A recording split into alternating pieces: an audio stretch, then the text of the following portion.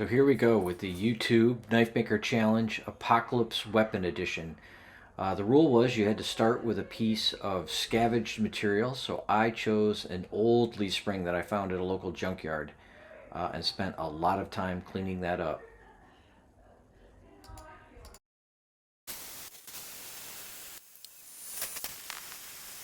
So yesterday got these harvested from a leaf spring. Today I'm going to flatten them out and see how far I get in making some Damascus.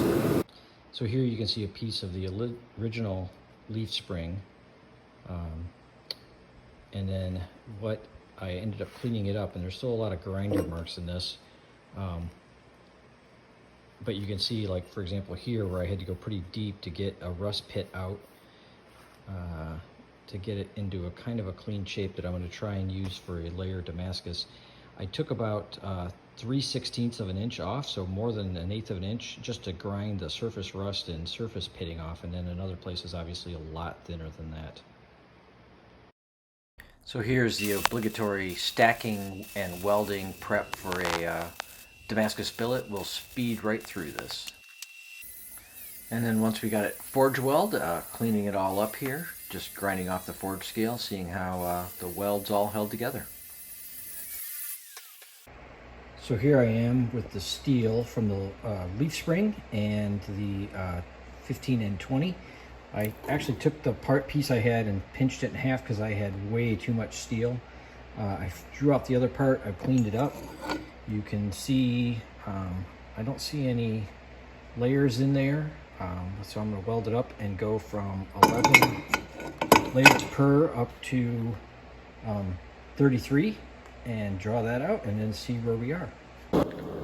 So once I welded up that billet, I soak it in turpentine to help prevent any oxygen from being lingering between the layers as I heat it up, and we'll go from here into press forge welding it out.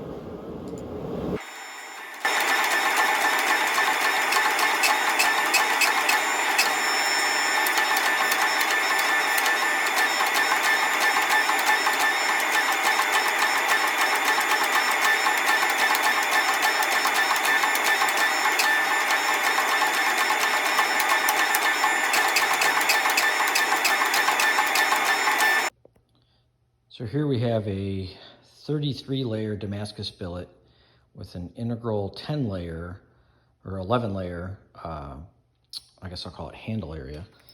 It's got a slight curve to it, which I think I'm going to save because I'm going to make kind of a slashing weapon. So that's intentional. And we'll start cleaning it up here for the Apocalypse Challenge. So started forging the socket, realized I don't have quite enough material to finish that up.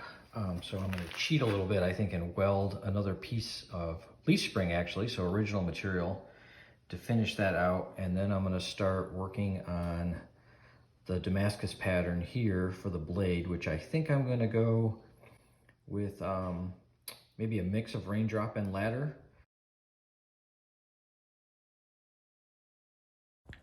So everything I read, glaives are about 18 inches long, so I have way too much steel here. So after getting it forged out, I realized I'm still not happy with the socket, so I'm remaking a socket to weld to the base of the glaive.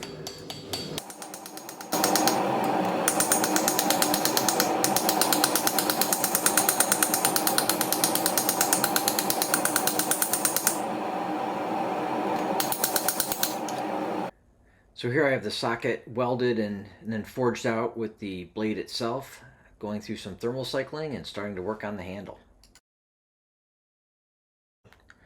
So I took that ash, kind of burn fit the socket onto the end of it, and then here I'm just putting some rough shaping on it, right up until the point where I knock over the camera here, and we'll cut the filming at that point. So next I was going to attach some languettes to the sides of the glaive to help secure it to the staff, just to make sure it was nice and solid. So I shaped those out of Damascus, actually welded them to the other socket that I had made, using the staff as essentially a guide, as you can see here. And then once I got those welded, it was time to go for the quench.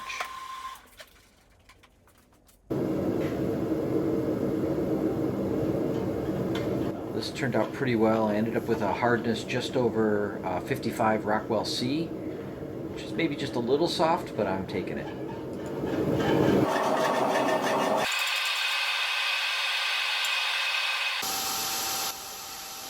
And then we move on to final grinding. I'll be honest, I haven't used my my wheel attachment on my Ameribraid system, and I really loved it. It made for a great way to handle something this big and end up with kind of an even flat surface. Much preferred this over trying to do this on the flatten.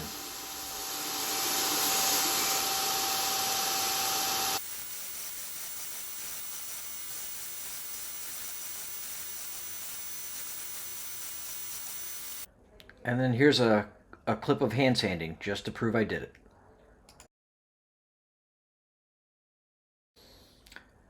So then I switched over to final sanding. I think I took this all the way up to a 600 grit before I was happy with it. And then we do the obligatory paper test. Not quite as sharp, as razor sharp as some of the other channels I see do things, but overall I was pretty happy with this considering the size of the project. And then we etched and assembled the weapon all together. I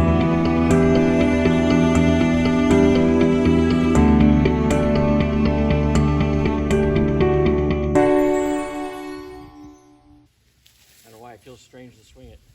Hopefully I won't break it.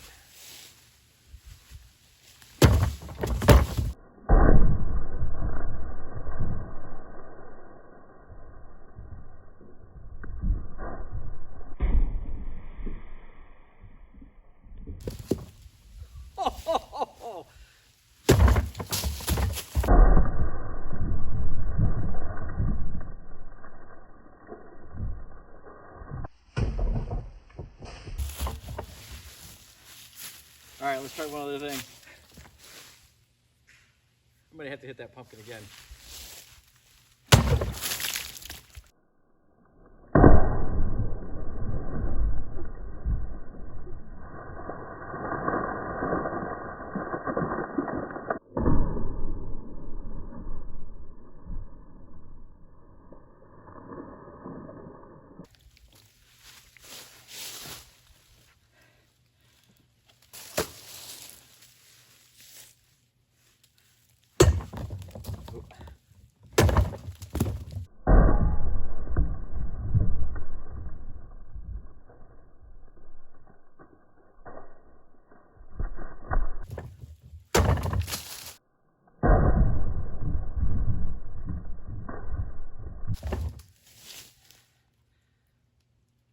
So some last thoughts about a glaive. I've always been interested in medieval weapons, probably since I was a kid and discovered Dungeons and Dragons.